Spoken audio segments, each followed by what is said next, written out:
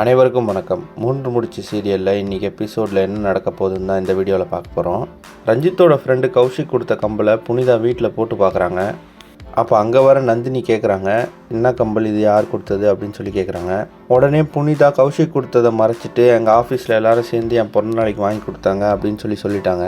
அப்போ நந்தினி இந்த கம்பலை நான் எங்கேயோ பார்த்துருக்கேனே அப்படின்னு சொல்லி டவுட் படுறாங்க.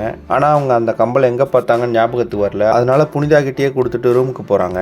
ரூமுக்கு போன நந்தினி சூர்யா கிட்டே பேசுகிறாங்க.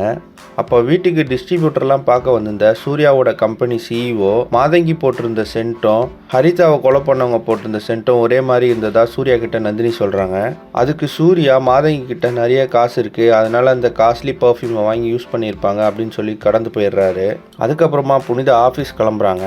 அப்போ புனிதா காதில் இருக்க தோடை பார்த்த மாதவி புனிதாவை கூப்பிட்டு கேட்குறாங்க, இந்த தோடு எங்கே வாங்கினேன் அப்படின்னு சொல்லிட்டு. அதுக்கு புனிதா எங்கள் ஆஃபீஸில் கொடுத்தாங்க அப்படின்னு சொல்கிறாங்க.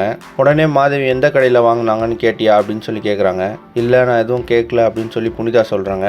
உடனே மாதவி அந்த கம்பளை கழட்டி கூட அதில் கடையோட சீல் இருக்கும், நான் பார்த்து தெரிஞ்சுக்கிறேன் அப்படின்னு சொல்கிறாங்க. கம்பளை வாங்கி பார்த்த மாதவி சுரேகா வாங்கின அதே கடையில் தான் இந்த கம்பளம் வாங்கியிருக்கு அப்படின்னு சொல்கிறாங்க. இதனால் இது சுரேகாவோட கம்பலாக இருக்குமா அப்படின்னு சொல்லிட்டு மாதவிக்கு டவுட் வருது.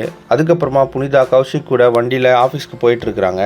புனிதாவை நான் சொல்கிற வீட்டுக்கு கூட்டிகிட்டு போயிட்டு 2 நிமிஷம் அங்கே வச்சுட்டு திருப்பி கூட்டிகிட்டு போய் ஆஃபீஸில் விட்டுடு அப்படின்னு சொல்கிறாரு. இதை கேட்ட கௌஷிக் எதுவுமே புரியல. பரவாயில்ல, ரஞ்சித் ஏதோ பெருசாக பிளான் பண்ணுறான் போல் அப்படின்னு சொல்லிட்டு புனிதா அவங்க கூட்டிகிட்டு போகிறாரு.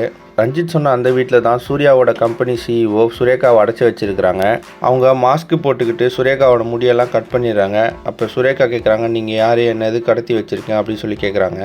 அதுக்கப்புறமா கௌஷிக் புனிதாவை கூட்டிகிட்டு அந்த வீட்டுக்கு போகிறாரு. அங்கே புனிதாவை சுரேகா அவங்க கம்பலோட பார்க்குறாங்க. இப்போது நந்தினி தான் சுரேகாவை கடத்தி வச்சுருக்காங்கன்னு சொல்லிட்டு சுரேகா நினச்சிக்க போகிறாங்கன்னு நான் நினைக்கிறேன். அடுத்து என்ன நடக்க போகுதுன்னு நீங்கள் நினைக்கிறீங்கன்னு கமெண்ட்ஸில் சொல்லுங்கள். இந்த மாதிரி 3 முடிச்சு சீரியல் அப்டேட்ஸ்க்கு நம்ம சேனலை சப்ஸ்கிரைப் பண்ணுங்கள், ஃப்ரெண்ட்ஸ் அண்ட் ஃபேமிலிக்கு ஷேர் பண்ணுங்கள். நன்றி.